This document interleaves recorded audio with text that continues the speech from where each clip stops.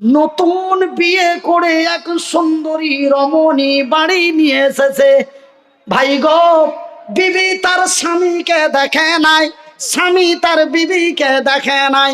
কিন্তু আমি মনিরুদ্দিন বড় সৌভাগ্যবান, আমি বিয়ের আগেই বইয়ের নাম্বার পেয়ে যাই। দেখো, হ্যাঁ, ওর বোনাইয়ের সাথে বউ দেখতে গেছে, ওর বাবা ভাইরা বলেছে তুই যা, তুই দেখাই তোর পছন্দটা আমার পছন্দ। এটা অবশ্য জায়েজ আছে। আপনারাও তো মনে মনে ভাববেন যে কি তবে কি বিয়ের আগে বউ দেখতে যাওয়াটা জায়েজ নয়? না, জায়েজ আছে। এটাই এটাই প্রথম আছে যে যে যাকে দিয়ে সারা জীবন ব্যবহার করবে তাকেই দেখতে পাঠাও। হ্যাঁ, ছেলে যদি বলে দেয় আব্বা তোমাদের ভালো তো আমার ভালো, সে ছেলে বাবাকেও দায়িত্ব দিতে পারে, বাবা তার ছেলেকেও দায়িত্ব দিতে পারে, সেটা দুটোই করা যায়। এটা ভাববেন না যে করা যায় না। কিন্তু আজ থেকে 40, 45, 50, 55, 65 বছর পূর্বে ছেলে তার বাবার উপরে ডিপেন্ড করত, ছেলে তার চাচাদের উপরে ডিপেন্ড করত, বড় ভাই মা বাবা বোনদের উপরে ডিপেন্ড করত। তোমরা যা দিবে তাই আলহামদুলিল্লাহ। কিন্তু বর্তমান এটা চলে না। বর্তমান চলছে কি, আগে ছেলেটাকে দেখতে পাঠাও, ছেলেটা হয় তার বন্ধুকে সাথে নিয়ে যাচ্ছে, না হলে তার বোনাইকে সাথে নিয়ে যাচ্ছে, দিয়ে দেখা হলো, সাক্ষাৎ হলো, নাম ঠিকানা সব হলো। এবার বহুনুর পাছায় বোনাইয়ের পাছায় চিমটি দিয়ে বলছেন নাম্বারটা পাওয়া যাবে না।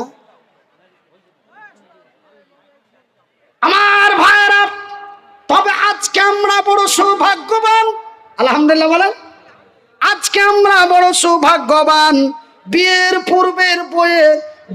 পূর্বেই বইয়ের নাম্বার পেয়ে যাই। আজকে আমরা বড় সৌভাগ্যবান, বিয়ের পূর্বেই আমরা বইয়ের নাম্বার পেয়ে যাই। কিন্তু সেই দিন আব্দুল্লাহ তার বিবিকে দেখে নাই, বিবি তার স্বামীকে দেখে নাই, উভয়ের সাথে কোনো সাক্ষাৎ হয় নাই। বাজানরা, এইবার বিবিকে নিয়ে তার বাড়ি এসেছে। সন্ধ্যা লাগলেই হবে তার সোহাগ রাত, সন্ধ্যা লাগলে হবে তার বাসর রাত, সন্ধ্যা লাগলে হবে তার ফুল সজ্জার রাত। এমন সময় ঘড়িতে 3টে থেকে 3:30 বাজে। এমন করে দরওয়াজায় আওয়াজ দিয়ে চিৎকার করে আমার নবীর আওয়াজ পাওয়া যায়।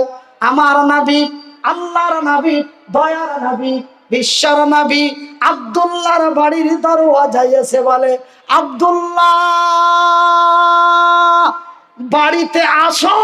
লাব্বাইক ইয়া রাসূলুল্লাহ, আমি উপস্থিত আছি। আব্দুল্লাহ রে, তুমি জানো কি জানো না, মৌতার প্রান্তে লড়াই চলছে, লড়াই চলবে। ওই লড়াইয়ের ময়দানে আমি রাসূল তোর কমান্ডারের দায়িত্ব দিয়েছি।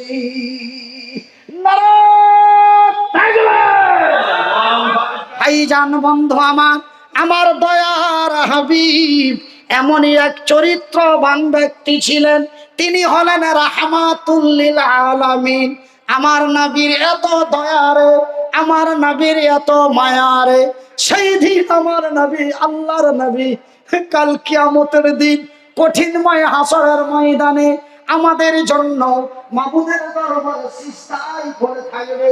সেই নবী এমন এক মহান নবী গো, আমার নবীর দ্বারায় কোনো কচি বাচ্চা থেকে নিয়ে বৃদ্ধ পর্যন্ত কোন জাতি ধর্ম কোন ব্যক্তি আমার নবীর দ্বারাই কষ্ট পান নাই। আব্দুল্লাহ বিন রাওয়াহা যদি একটু আস্তে করে আব্দুল্লাহ যদি নবীকে বলতেন, নবী গো আপনি জানেন কি জানেন না, আপনার কাছে খবর আছে কি নাই জানি না, নবী গো আমি আজকে নতুন বিয়ে করে নিয়ে এসেছি, আজকে আমার সোহাগ রাত, এই কথাটা যদি নবীকে বলতেন, আশা করি 100% আমার নবী দ্বিতীয়বারের মতো আব্দুল্লাহকে বলতেন না, বলতেন। কিন্তু দেখুন তারা কি ইতিহাস বিশ্বকে দিল রে। এখন 11টা 11, তবে 11টা 10, 11টা 11। তবে এতক্ষণ ধরে আপনাদের কাছে অনেকগুলো কথা বললাম। আজকে তো আমি এখন নেমে যাব, গাড়িতে বসে যাব, চলে যাব। এবার যদি আজকে যে মাঠ ভরা শ্রোতা, মাঠ ভরা নর রহমত ভরা নারী, লক্ষ রহমতের ফেরেশতা। এই জালসাটা যদি আপনারা আগামী কালকে দেখতে চান, আর পাবেন কি? কিন্তু আমি আপনাদের দেখার ব্যবস্থা করে দিয়েছি। এই যে সামনের ক্যামেরাটা দেখছেন, এই ক্যামেরাটা আমার। আমি আপনাদের হাত জোড় করে বলবো, পশ্চিমবঙ্গের মানুষ, বেয়াদবি মাফ করবেন, আমি একটু নিজের কথা বলছি। সারা বাংলা, আসাম, মেঘালয়, ত্রিপুরা, অরুণাচল, মিজোরাম, নাগাল্যান্ড এন্ড বাংলাদেশ, নেপাল, বিহার, ঝাড়খণ্ড, ওয়েস্ট বেঙ্গল, উড়িষ্যা, এই রাজ্য এবং এই দেশের মানুষ অনেকেই অবগত আছে যে মনিরুদ্দিন ভাই একটি নিজস্ব অনাথ আশ্রম চালায়। কি চালায়? অনাথ আশ্রম, যাকে আমরা সিম্পল বাংলা ভাষায় বলি এতিমখানা। কি বলি? এতিমখানা। আমি যেমন, আমাদের ভারতের একজন ঐতিহাসিক বক্তা ছিলেন গোলাম আহমদ মুর্তজা সাহেব, তিনি তার নিজের জালসা করা টাকা দিয়ে বিশাল এক প্রতিষ্ঠান প্রতিষ্ঠিত করে তিনি পৃথিবী থেকে বিদায় নিয়েছে। ঠিক বক্তা জগতের মধ্যে ওই জায়গাটা আল্লাহ আমাকে দিয়েছে। আমি বক্তব্য দিয়ে, আমার নিজস্ব পয়সা দিয়ে আমি বিশাল এক অনাথ আশ্রম, আমি এক এতিমখানা, একটা শিক্ষা প্রতিষ্ঠান প্রতিষ্ঠিত করে বর্তমান রানিং আছে। এবং আমার এই মাদ্রাসা তিন রকম পয়সায় চলে। রাজ্য সরকার, কেন্দ্র সরকার, নাকি? হ্যাঁ, বাজে কথা। কোন রাজ্য সরকারের 1 টাকা নাই, কেন্দ্র সরকারের 1 টাকা নাই, কোন নেতা পার্টির তরফ থেকে 1 টাকা নাই।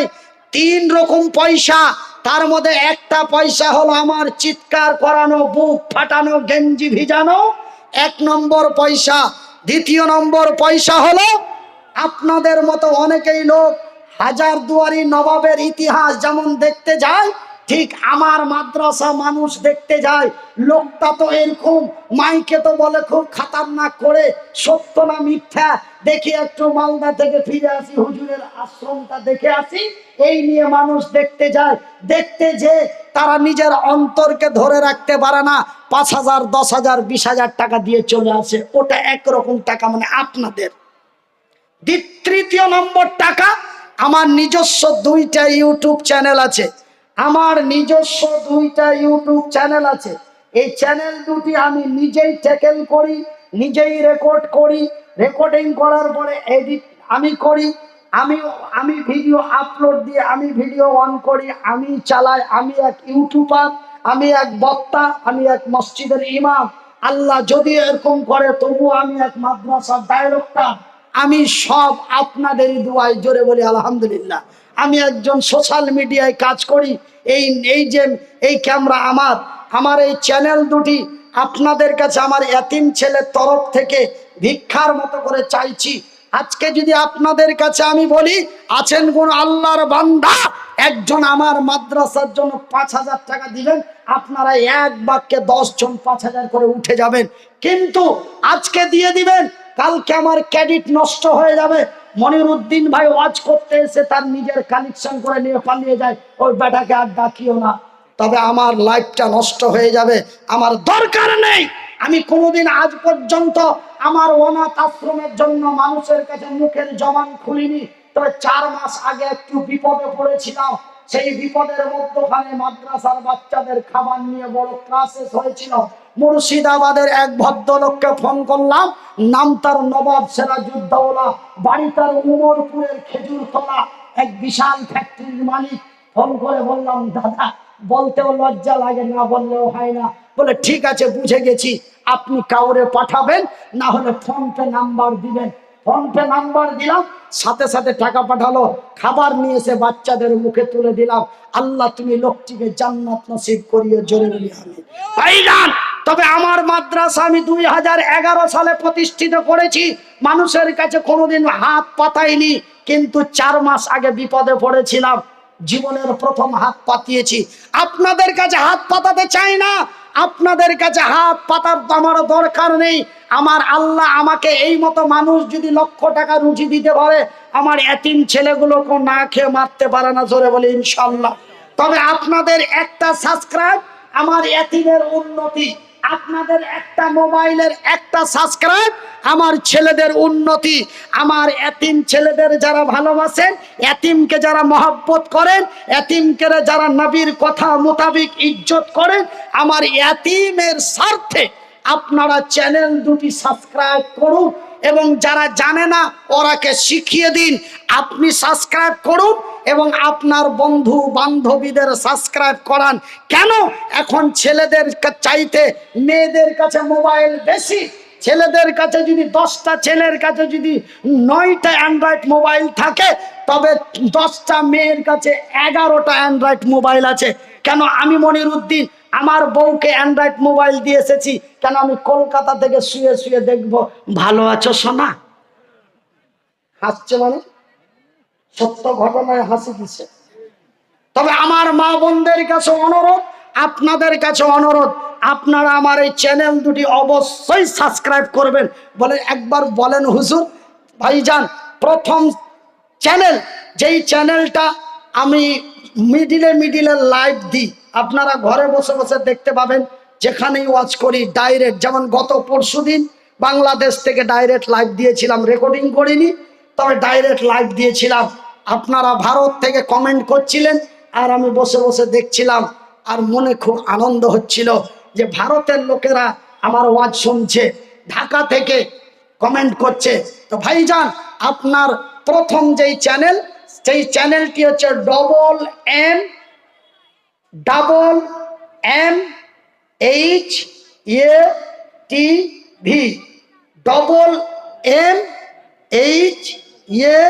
MMHATV।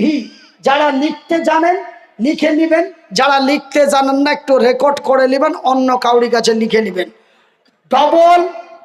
MMHATV।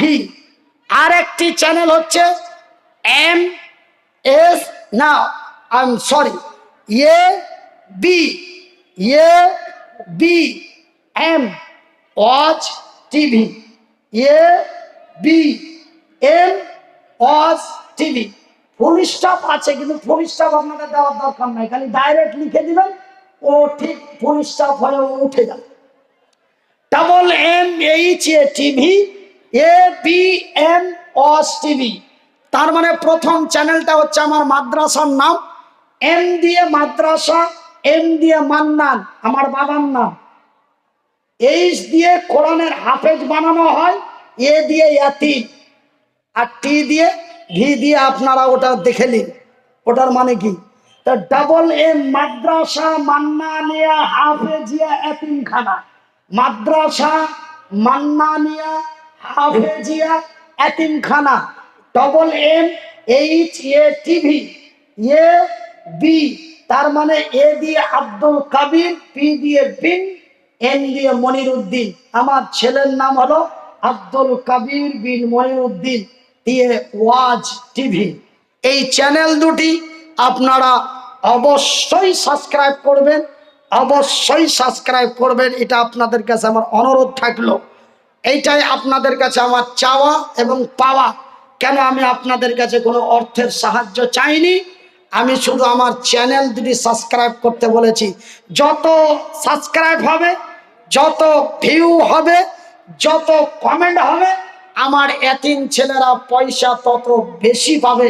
এই মাসের 24 তারিখে প্রায় 29,500 টাকা পাওয়া গেছে, বলি আলহামদুলিল্লাহ। তবে আপনাদের উপরে আমার এতিম ছেলেদের ডিপেন্ড অনেকটা করছে। আপনার সাবস্ক্রাইব যদি করেন, মোবাইল হ্যাং হবে না, এমবিও বেশি কাটবে না, হয়তো 3 KB বা 4 KB এমবি কাটতে পারে, তাও সন্দেহ। সেহেতু আপনার মোবাইলও হ্যাং হবে না, এমবিও কাটবে না।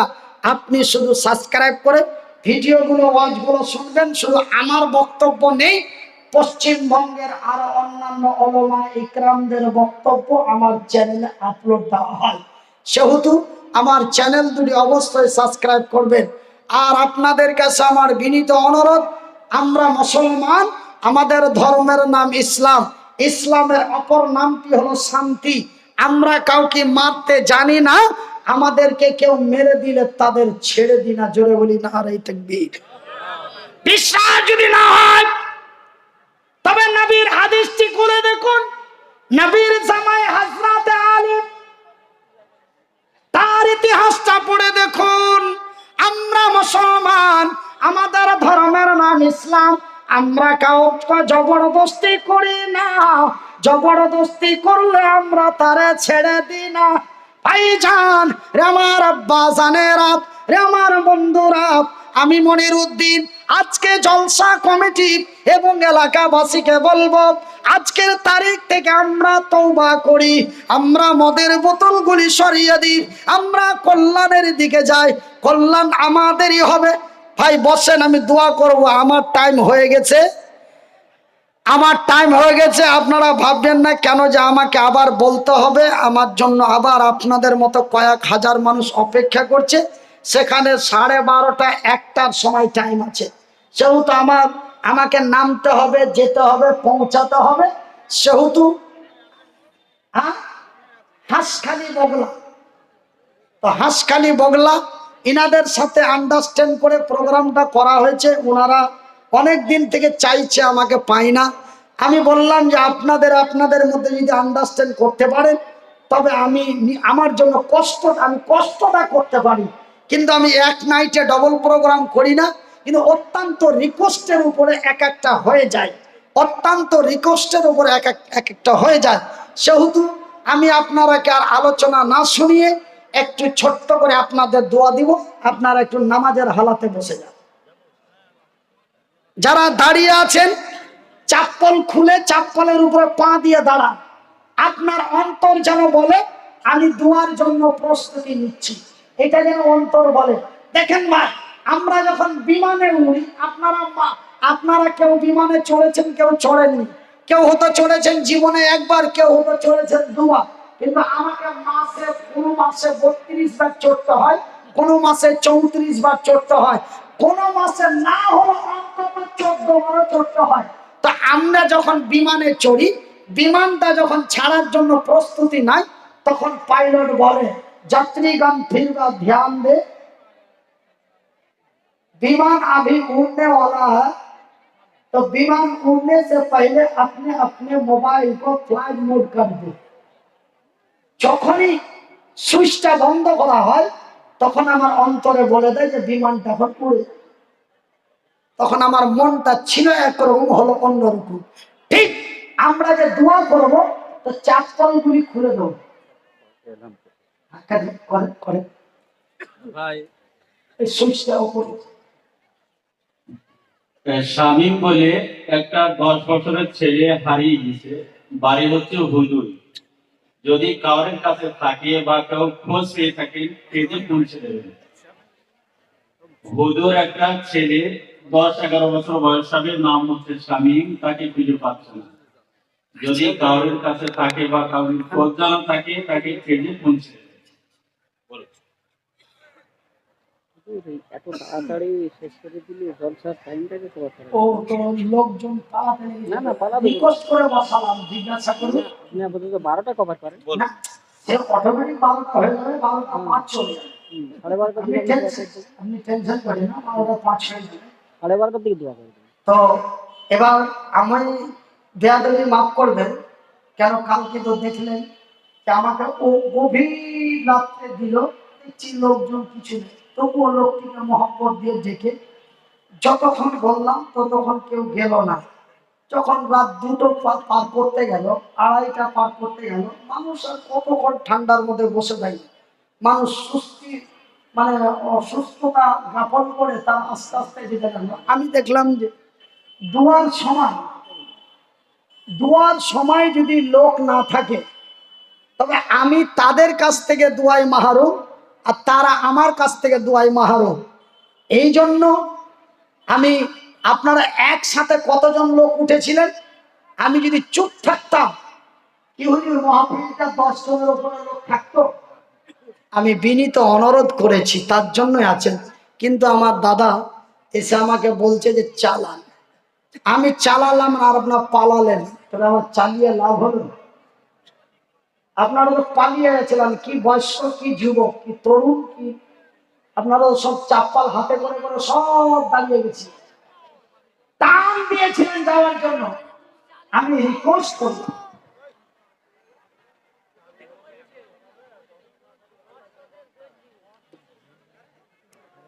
তো ভাইজান এখন ঘড়িতে 11:30।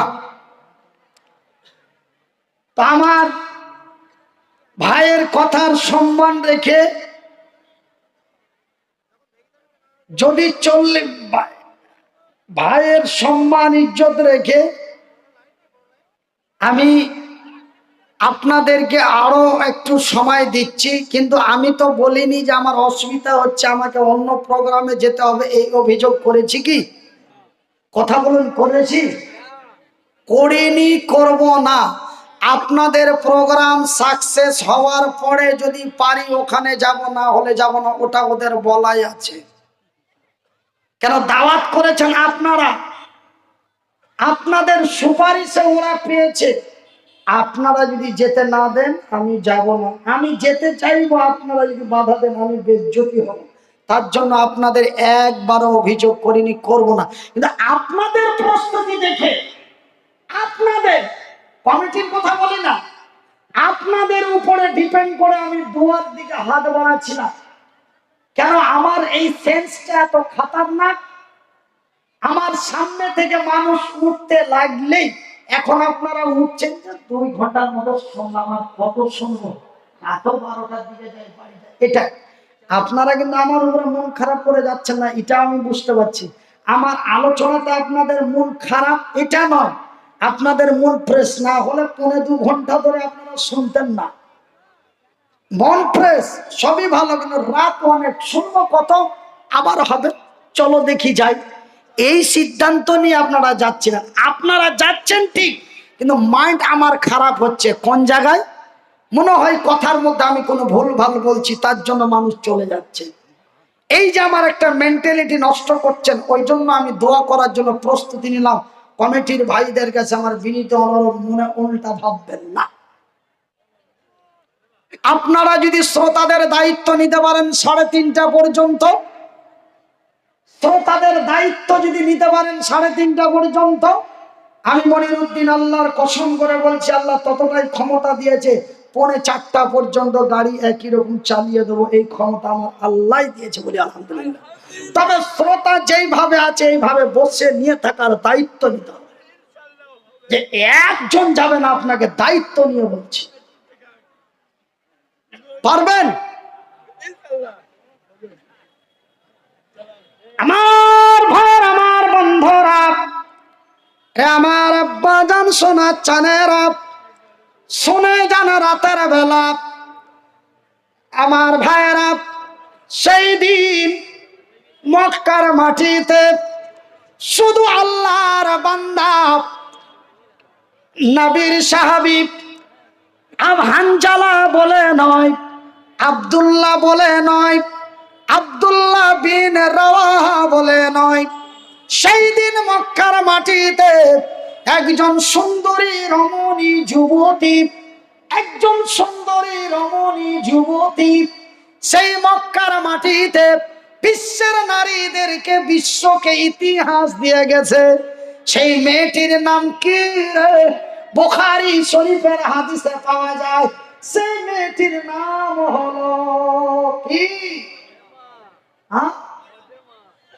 ফাতেমা। সেই মেয়েটির নাম হলো হযরত সুমাইয়া। সেই জীবনের প্রথম ইতিহাস, বিশ্বের প্রথম ইতিহাস এক নারী দিয়েছে। সেই নারীর নাম পাওয়া যায় বুখারীর হাদিসে। ভাইজান, সেই কিভাবে আবু জেহেলের লোকেরা নারীদের উপরে নির্যাতন করত, সেই সুন্দরী রমণী, সেই বিবি চলে গেছে, সেই সুন্দরী রমণী বিবি, সেই নাম তার হযরত সুমাইয়া। মক্কার মাটিতে আমার নবীর কথা অনুযায়ী আমার নবীর কথার সম্মান রেখে, নবীর মহব্বতে পড়ে, জান্নাতের লোভে পড়ে ওই মহিলা মক্কার মাটিতে চিৎকার করে বলে দিল, আশহাদু আল্লাহ, বলেন আশহাদু আল্লাহ ইলাহা ইল্লাল্লাহু ওয়া আশহাদু আন্না মুহাম্মাদান আবদুহু ওয়া রাসূলুহু। এই কালেমায়ে শাহাদাত, কালেমায়ে তাইয়্যিবা পাঠ করে ওই মেয়েটি ঈমান এনে মুসলমান হয়ে গেল। নারে তাকবীর, নারায়ে তাকবীর, নারায়ে তাকবীর। যখন ঈমান এনে মুসলমান হয়ে গেল, খবরটি মানুষের কাছে পৌঁছাতে লাগলো। বলে আর জানো, বলে কি হয়েছে? বলে সুমাইয়া আর সুমাইয়ার বাড়ি হলো নাম তারে স্ত্রী, তারা একই বাড়ি, তিনজন নবীর কথা শুনে তারা আল্লাহকে বিশ্বাস করে, জান্নাতের লোভে পড়ে, নবীর ভালোবাসায় পড়ে ইসলাম কবুল করেছে। এই বাড়ির লোক জেনে গেল, ওই বাড়ির লোক জেনে গেল।